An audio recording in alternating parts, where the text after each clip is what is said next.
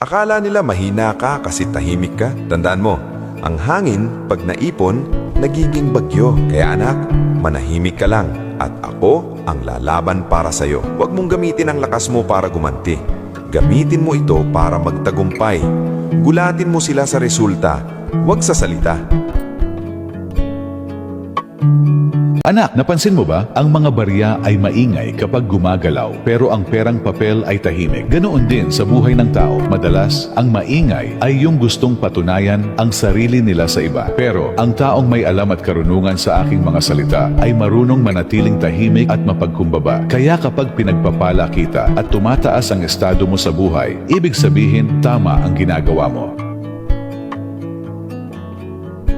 Akala nila mahina ka kasi tahimik ka. Tandaan mo, ang hangin pag naipon, nagiging bagyo. Kaya anak, manahimik ka lang at ako ang lalaban para sa'yo. Huwag mong gamitin ang lakas mo para gumanti. Gamitin mo ito para magtagumpay. Gulatin mo sila sa resulta, huwag sa salita.